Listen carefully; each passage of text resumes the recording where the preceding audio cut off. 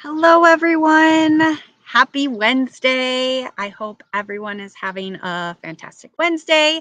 One second, I need to get my drink here. I'm outside on the deck. It's so nice. Um, Hear the birds chirping. Let me know if there's any issues with trying to see me. I can always move inside if need be. Um, I am just gonna again look and make sure that everything is working. And hopefully it is. Okay, perfect. It looks like it's working on YouTube. And now let's check and see. And I'll wait a minute to see if anyone pops on here too. Perfect. Looks like it's using or working on Facebook too. I'm going to keep that up in case someone decides to make a comment, and I just want to see who it is. All right, I am again excited for this topic. Um, no news to you guys that I'm excited over every topic that I have, but this one I'm very excited for because this topic is all about what you can utilize in your pantry and stuff that is so underutilized, like our herbs and spices, and these little food plant components or plant parts are just so packed of goodness. It is wonderful. So I would love to know who's ever watching, or if you're watching this on the replay, comment below on what are some of your favorite herbs and spices to use in your meals. Um, Black pepper tends to be one that we typically use here for like everything.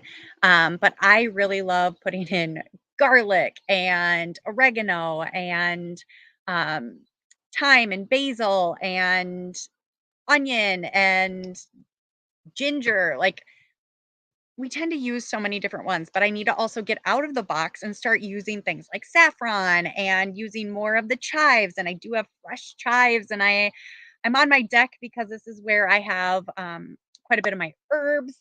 I would lift them up, but I think I would get dirt everywhere, and I don't want to do that. um, I would have had them more in my garden beds down below, but again, I had baby bunnies, so I had to kind of makeshift all of that stuff. But I'm also curious, do you grow your own herbs and spices? What do you enjoy? Do you maybe, even if it's microgreens, no, those don't necessarily use are used as herbs and spices, but they're, little garnishes that you can throw on your dishes. But what are your favorite go-tos? What are your favorite ones to grow? What are the ones that you have to have on hand? I would love to know, because we need to be utilizing these beauties even more than we do. There are so many good things.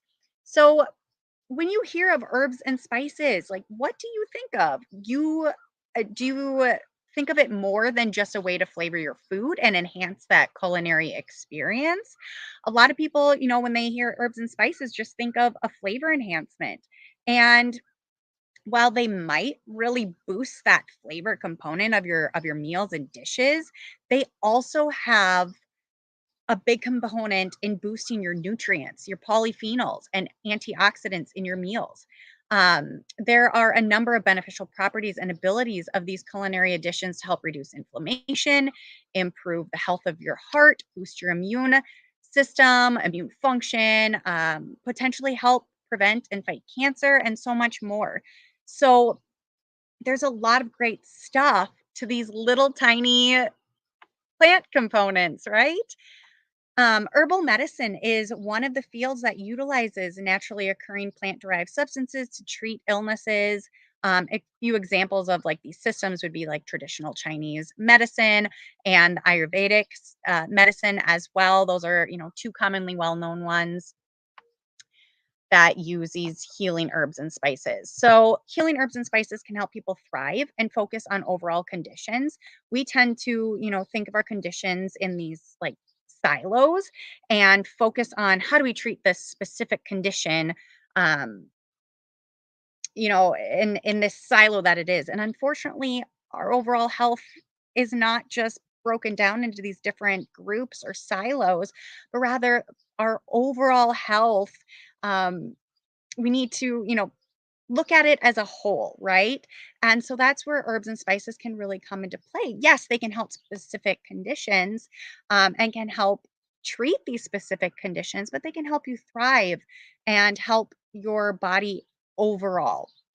So, I highly recommend that you take advantage of fresh local herbs and spices, whether you're going to the farmer's market this summer or whether you are shopping the perimeter of the grocery store. Make sure to put those in your cart or even growing your own. And it's so easy to grow them year long. They don't take up much space in, your place. And you can add more to your spice cabinet too, because a lot of the dried ones are very, very, very potent.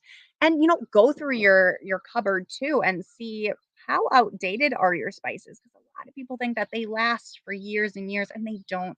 Their potency really declines. Usually at like 3 months is kind of a standard for these dried herbs to really last. I mean, for some, maybe it can be like a year, but their potency really, really goes downhill.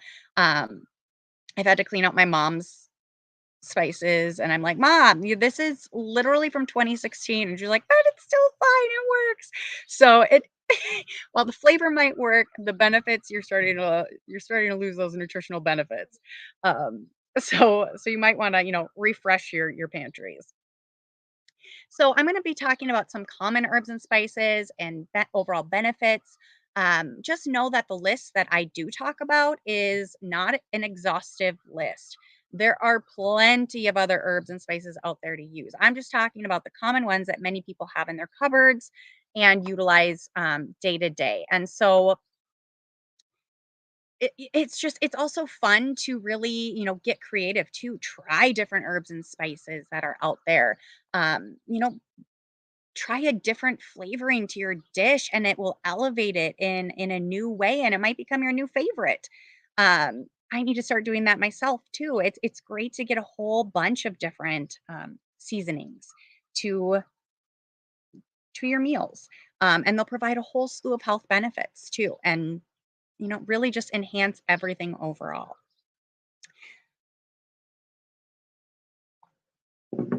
Sorry. Okay. So before I get started, let's get the fundamentals of the herbs and spices. So before we dive in, let's figure out what are herbs versus what are spices. So spices are the dried aromatic parts of the plant. So our FDA defines them as aromatic vegetable substances in the whole, broken, or ground form whose significant function in food is seasoning rather than nutrition. But we all know that there's nutrition components to this, right? So that's the FDA definition. Obviously, there's a lot more to it. But spices come from any part of a plant other than the leaves. So typically, they come from the dried part of the plant, like the buds, the flowers. Think of cloves and saffron, they come from the flower part of the plant. Bark, like cinnamon, root part of the plant, like ginger or turmeric. Fruits and berries, like cloves, chili, black pepper, or seeds, like cumin or coriander. So they contain volatile oils or aromatic scents and flavors. And an herb is always going to come from the leaves of the plant. Everything else is going to be considered a spice. So everything that doesn't come from the leaves is going to be considered a spice. So some overarching benefits. So, some of the potential health benefits of herbs and spices include conferring a protection against cardiovascular disease, neurodegenerative conditions, chronic inflammation. So, hi, everyone, who has chronic fatigue, fibromyalgia, autoimmune condition, and just kind of a lot of us in the Western societies right now, we have a lot of chronic inflammation going on. Our stress levels are high, right? Cancer, obesity, again, hello, and type 2 diabetes, which is very, very, very abundant in our Western cultures. Many herbs and spices have been noted for their strong antioxidant, antimicrobial and anti-inflammatory properties. There's a lot that are, very beneficial for various illnesses and stuff, and I will get to those. The flavoring properties of many herbs and spices tend to reduce the use of table salt as well, which we use as a flavoring component. However, it can be problematic for blood pressure, cardiovascular, and heart health. So being able to reduce the amount of salt that we're consuming is always a good thing. And I will next week talk about salt because that's a topic on its own where, we've been told salt is not good, salt is bad. We need to minimize our salt. But what these studies aren't showing is where is our salt coming from? Is it coming from just the generalized table salt? Is it coming from these processed foods where there's these other issues? And then this, high quality salt that has other minerals in it that we need to incorporate in our everyday life. So I'm gonna give you the scoop on salt next week because I have a lot of people who are very conscientious on their salt intake, and there is a problem with also eating too little salt too. It is an electrolyte in our body. Our body uses it for a bunch of chemical processes, so we want to make sure that we're having enough of it. So again, I will get into that next week. It'll be a fun topic. But most of the positive health effects of herbs and spices appear to be mediated through the direct action of their constituent phytochemicals, particularly those polyphenols, that give those different plants their beautiful, beautiful colors, or polyphenol breakdown products. And they help, they target specific receptors or enzymes in our body that are involved in various anti-inflammatory pathways or our immune pathways or immune responses. So these compounds in these, herbs and spices basically target our inflammatory pathways and can help prevent that inflammation being triggered in our body, or it can um, enhance our immune system and our immune response in a beneficial way. So there's a lot of different ways that these tiny little plants can help us. Herbs and spices, especially in their dried form, contain high levels of polyphenols and other physiologically active phytochemicals too. And predominant class of polyphenols found in herbs and spices are the phenolic acids and our flavonoids. Herbs and spices contain higher amounts than their polyphenol-rich food counterparts. So think of like broccoli, dark chocolate, red, blue, and purple berries, grapes, or onions in their full form. A lot of these herbs and spices have higher polyphenols than these full-grown plant counterparts. There we go. So oregano, rosemary, thyme, parsley, cloves, cinnamon, and turmeric are among the top that are actually more potent and powerful than your broccoli, your dark chocolate, your berries, and those ones that onions that I just named. So isn't that fascinating? Right? That's fascinating. These tiny little things that all we have to do is add them to our meals. Like, especially if we're struggling with getting maybe organic vegetables into our plates, we can at least add herbs and spices to help really oomph and boost that nutrition component part, and makes it delicious.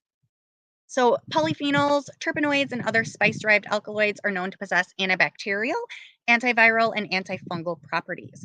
This is why herbs and spices are frequently used as preservative agents in food. Isn't that fascinating as well?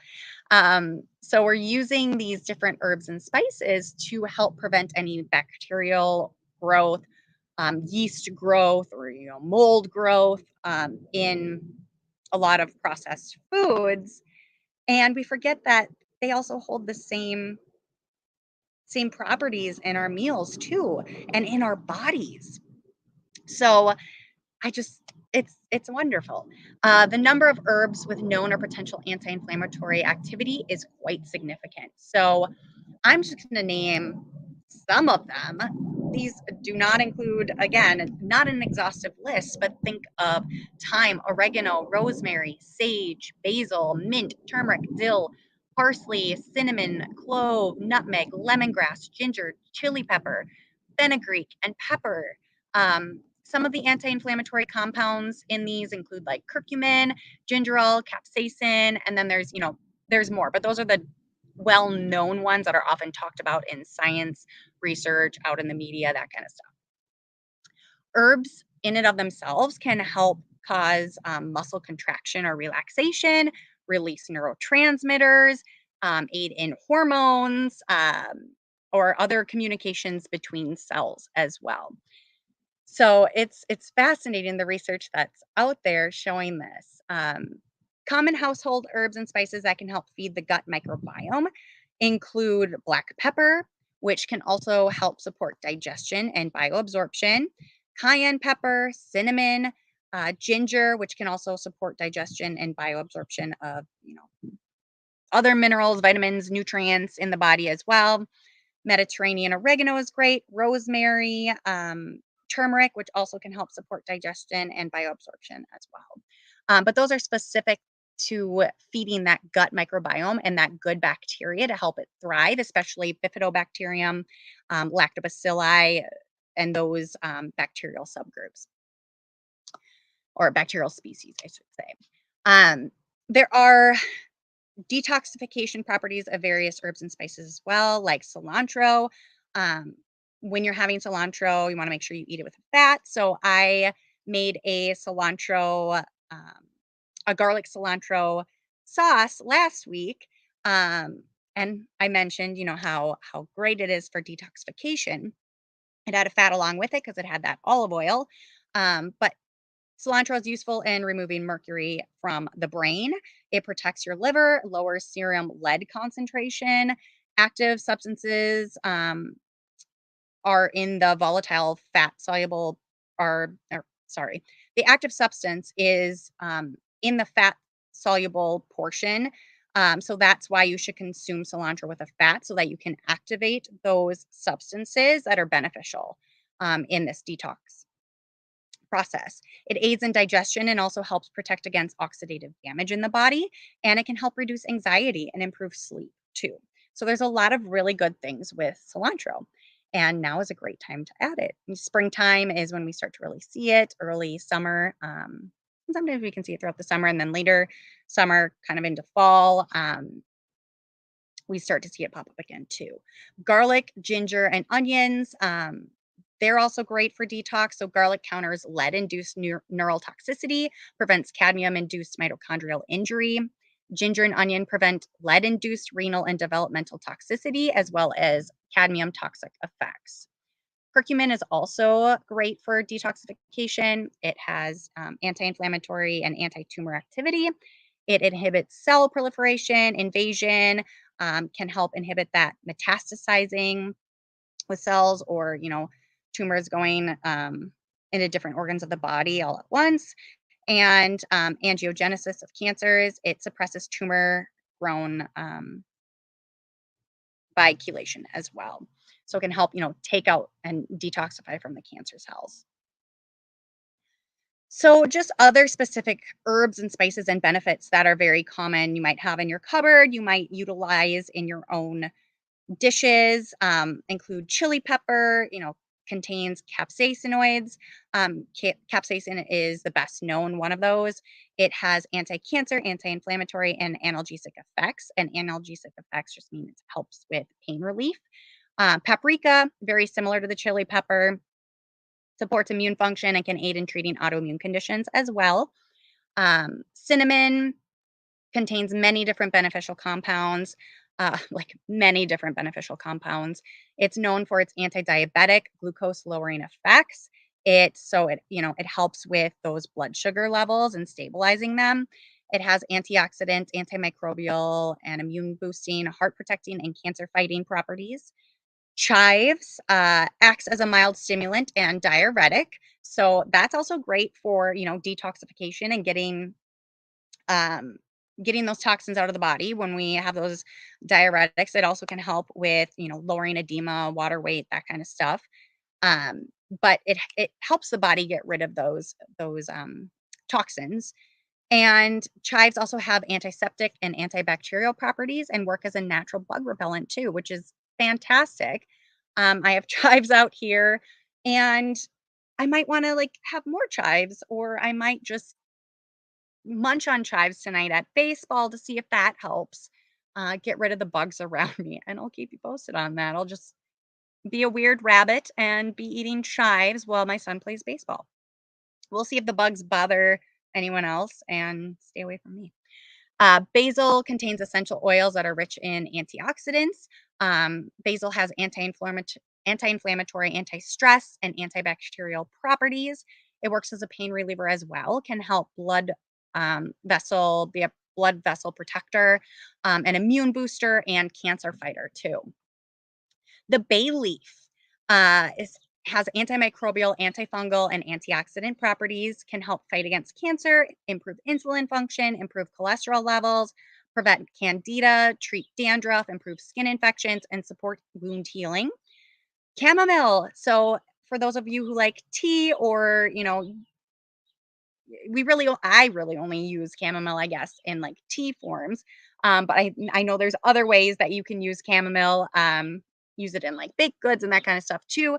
But can improve allergies, insomnia, anxiety, depression, arthritis. Can aid in GI disorders. It can help fight skin irritations, relieve toothaches, help with PMS symptoms, and muscle spasms. Um, Very great for reducing inflammation and healing wounds as well.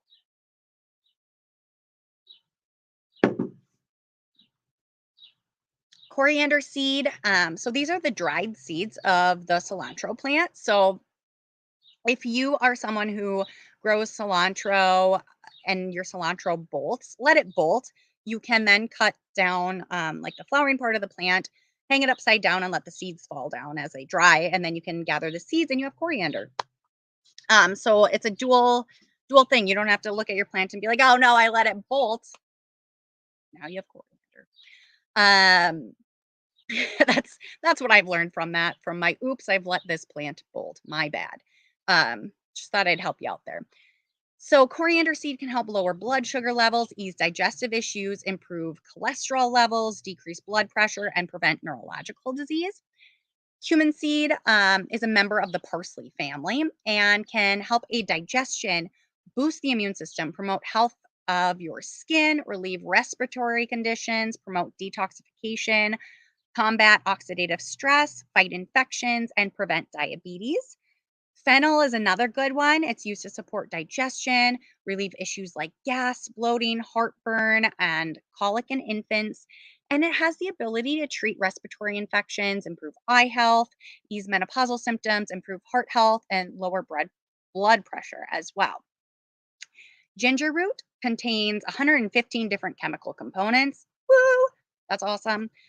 It's a potent antioxidant, reduces inflammation, boosts the immune system, supports digestion, reduces pain, and lowers cholesterol levels. It improves diabetes, reduces arthritis pain, and can also fight cancer as well. I really utilize ginger, especially it's also a warming spice.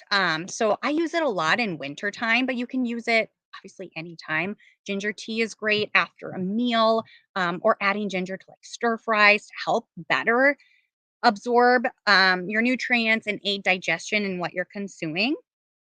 Another great way to use it.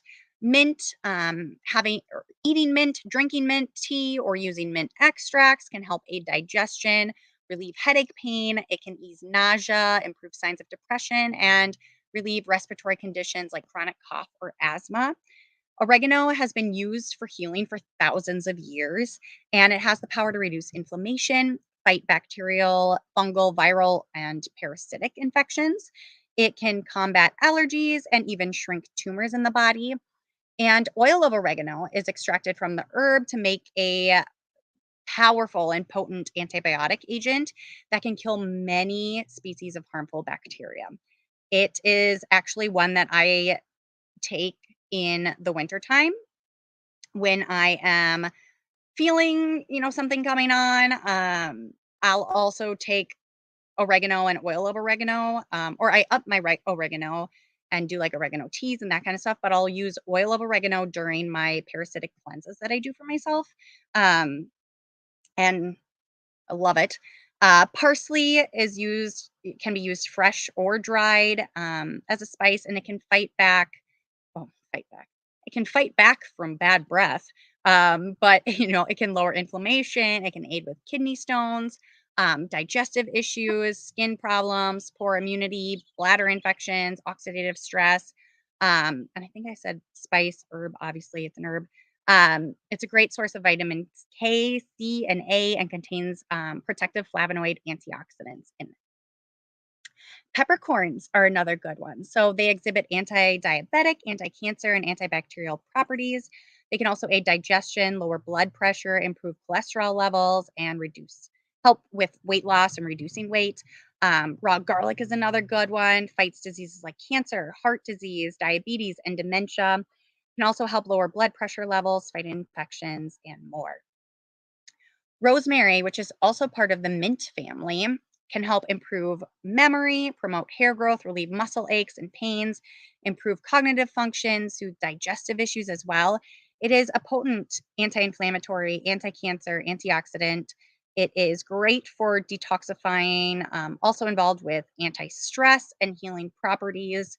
Can be chopped or ground and added to meals, or you can use rosemary oil too and diffuse it and apply it topically.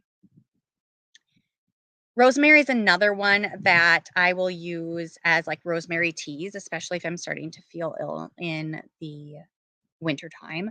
Um, Sage, which I haven't gotten to, that's another one that I'll use for teas too. Um, so those ones are big. I am growing sage, rosemary, thyme, parsley, oregano. I have all of those in my garden. Really easy to grow. You can grow them wintertime too on your, I don't know, in your kitchen. Um, Saffron, that's one that I personally want to use more. I know that it can be expensive.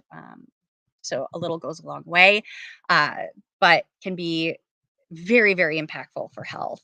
It promotes cardiovascular health, it can alleviate symptoms of PMS, can help treat anxiety and depression, also helps promoting satiety and can aid in weight loss, helps prevent or treat cancer as well.